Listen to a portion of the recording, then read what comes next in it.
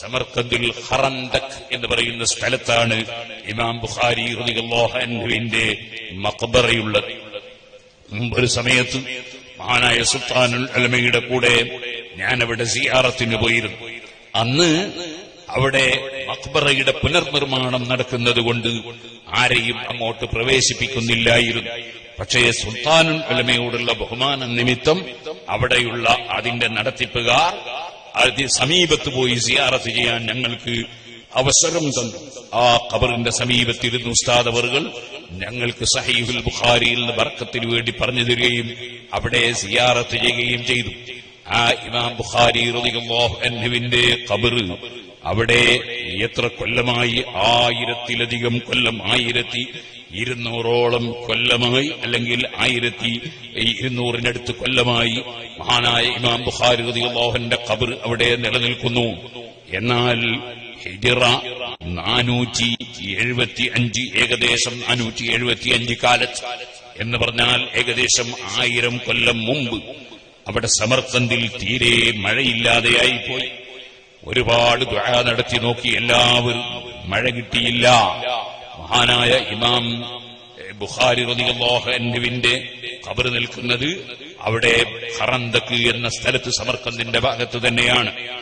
ഇരിക്കട്ടെ, ഒരു നല്ല മനുഷ്യൻ വന്ന് അന്നത്തെ ഖാദിയോട് പറഞ്ഞു, ഞാൻ ഒരു സ്വപ്നം കണ്ടിട്ടുണ്ട്, അങ്ങയുടെ മുമ്പിൽ അവതരിപ്പിക്കട്ടെ.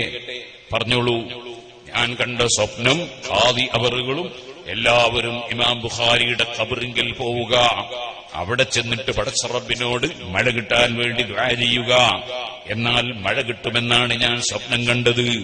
ഖാദി പറഞ്ഞു, നിഅമമാ റഅയ്ത, അത് നല്ല കാര്യമല്ലേ, നമുക്ക് പോകാം. ജനങ്ങളെ മുഴുവനും കൂട്ടി അന്നത്തെ ഖാദി അവിടെ പോയി. എല്ലാവരും കൂടി അതാ ഇമാം ബുഖാരി റളിയല്ലാഹു അൻഹുവിന്റെ മഖ്ബറയിൽ ചെന്ന് സിയാറത്ത് ചെയ്ത് അള്ളാഹുവിനോട് താണുകേണ് മഴയ്ക്ക് വേണ്ടി പ്രാർത്ഥിച്ചു. എന്ന് മാത്രമല്ല, വബക്കന്നാസു ഇൻദ ഖബ്രിഹി, അവിടെ നിന്ന് പലരും പൊട്ടിക്കരഞ്ഞു റബ്ബിനോട് ദുആ ചെയ്തു.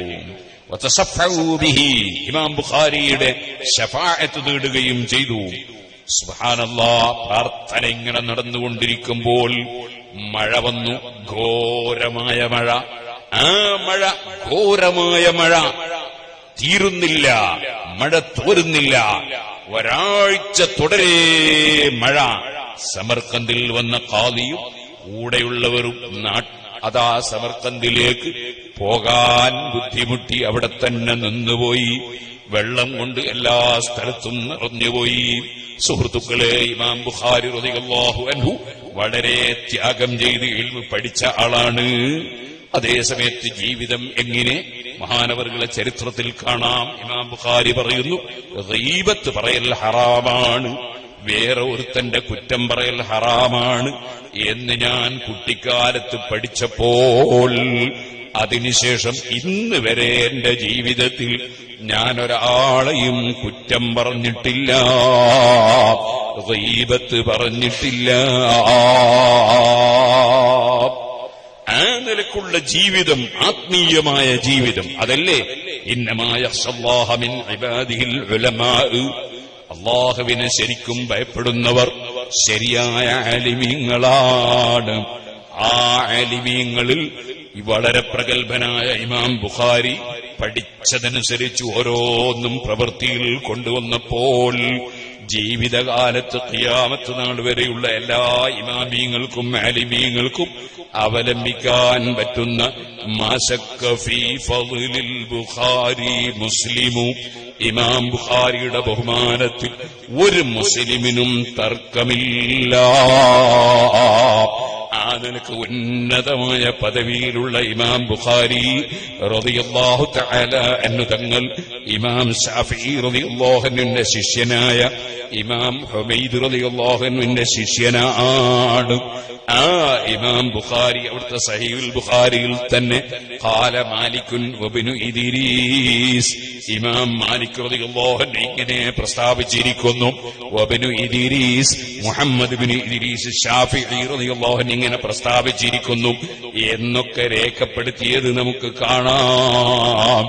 ഇന്നത്തെ പുത്തൻവാദികൾ, സുന്നത്ത് ജമാഅത്തിന്റെ വിരോധികൾ ശാഫി ഇമാമിനെ അവഗണിക്കുന്നു, അതേ മാലിക് ഇമാമിനെ അവഗണിക്കുന്നു. അങ്ങനെ ഇമാമിങ്ങളെ തള്ളിപ്പറയുന്നു. അവരുടെ വിവരക്കേടാണ്.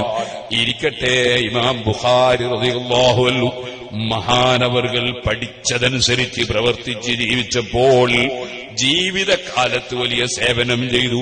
അന്ത്യനാൾ വരെയുള്ള ജനങ്ങൾക്ക് അവിടുന്ന് എഴുതിയ ധാരാളം കിതാബുകളുണ്ടല്ലോ. അതിലേറ്റവും പ്രശസ്തമായ അൽ ജാമിഉ സഹീഹ്, സഹീഹുൽ ബുഖാരി അടക്കമുള്ള കിതാബുകൾ കൊണ്ട് ലോകത്തുള്ള എല്ലാ പണ്ഡിതന്മാർക്കും സാധാരണക്കാർക്കും ഉപകാരം ലഭിക്കുന്നു. എന്നതിന്റെ പുറമെ ഖബറിൽ കിടക്കുമ്പോൾ സമീപത്ത് എന്ന് ദുആ ചെയ്താൽ മഴയില്ലാത്ത സമയത്ത് മഴ കിട്ടുന്നു, ദുആക്ക് ഇജാബത്ത് ലഭിക്കുന്നു. എന്തുകൊണ്ടാണത്? വലിയ ക്ഷമയോടുകൂടെ ഇൽമ് പഠിക്കുകയും ക്ഷമയോടുകൂടെ ശരിയായ തഖ്വയിൽ ജീവിക്കുകയും ചെയ്തതിനാൽ അല്ലാഹു തആല കൊടുക്കുന്ന സമ്മാനമാണത്. അതാണ് ഏറ്റവും വലിയ കറാമത്ത്. അല്ലാഹു സുബ്ഹാനഹു വ തആല അത്തരത്തിലുള്ള മഹാന്മാരെ പിന്തുടർന്ന് ജീവിച്ച് അവസാനം ആഖിബത്ത് നന്നായി മരിച്ച് അവരുടെ കൂടെ സ്വർഗത്തിൽ ഒരുമിച്ചുകൂടാൻ നമുക്കെല്ലാവർക്കും, നമ്മെ സ്നേഹിക്കുന്നവർക്കും നമ്മുടെ സ്ഥാപനങ്ങളെ സഹായിക്കുന്നവർക്കും സഹകരിക്കുന്നവർക്കും അതിനുവേണ്ടി അധ്വാനിക്കുന്നവർക്കെല്ലാം തൗഫീഖ് നൽകുമാറാകട്ടെ. ഞാനിവിടെ വന്നപ്പോൾ ബഹുമാനപ്പെട്ട കുമ്പോൾ തങ്ങളവറുകളെ സംബന്ധിച്ച് പ്രിയപ്പെട്ട ത്വാഹ തങ്ങളവറുകളോട് അന്വേഷിച്ചു. അപ്പൊ പറഞ്ഞു, വന്നിരുന്നു, ചെറിയ ശാരീരികമായ അസ്വസ്ഥതയുള്ളത് കൊണ്ട് അങ്ങോട്ട് പോയതാണ് എന്ന് പറഞ്ഞു. അല്ലാഹുവേ, അവിടത്തേക്ക് നീ ദീർഘായുസ് ആഫിയത്തും തൗഫീഖും വർദ്ധിപ്പിക്കണം റഹ്മാനെ. അതുപോലെ സർവ്വ സാദാത്തുക്കൾക്കും ആലിമീങ്ങൾക്കും സുന്നത്ത് ജമാഅത്തിന്റെ പ്രവർത്തകരായ മുഴുവൻ പ്രവർത്തകർക്കും വിദേശത്തുള്ളവർക്കും നാട്ടിലുള്ളവർക്കും KCF-ന്റെയും ICF-ന്റെയും RSCയുടെയും ഒക്കെ പ്രവർത്തകന്മാർക്കും അതുപോലെ മുസ്ലിം ജമാഅത്തിന്റെയും SYS-ന്റെയും SSF-ന്റെയും സുന്നി ജമീയത്തുൽ മുഅല്ലിമിന്റെയും SMA-യുടെയും ഒക്കെ പ്രവർത്തകന്മാർക്ക് അല്ലാഹുവേ, ഞങ്ങളുടെ പ്രാമാണിക ഗുരുവര്യന്മാരായ കോട്ടൂർ ഉസ്താദ്, അതേ സുൽത്താനുൽ ഉലമ, റഈസുൽ ഉലമ പന്മൾ ഉസ്താദ് തുടങ്ങിയ ആലിമീങ്ങൾക്കും അവരെ പിന്നാലെ പ്രവർത്തിക്കുന്ന ഞങ്ങൾക്കെല്ലാവർക്കും ഞങ്ങളുടെ ദീനീ ഖിദ്മകളിൽ സഹായിക്കുന്ന സർവ്വ മുഅ്മിനീങ്ങൾക്കും മുഅ്മിനാത്തുകൾക്കും നിന്റെ പൊരുത്തത്തിൽ ദീർഘായുസ്സും ആഫിയത്തും തൗഫീഖും ഏറ്റിത്തരണമല്ലാഹ്. ഞങ്ങളെ സർവ്വ അമലുകളും സ്വീകരിക്കണമല്ലാഹ്. ഈ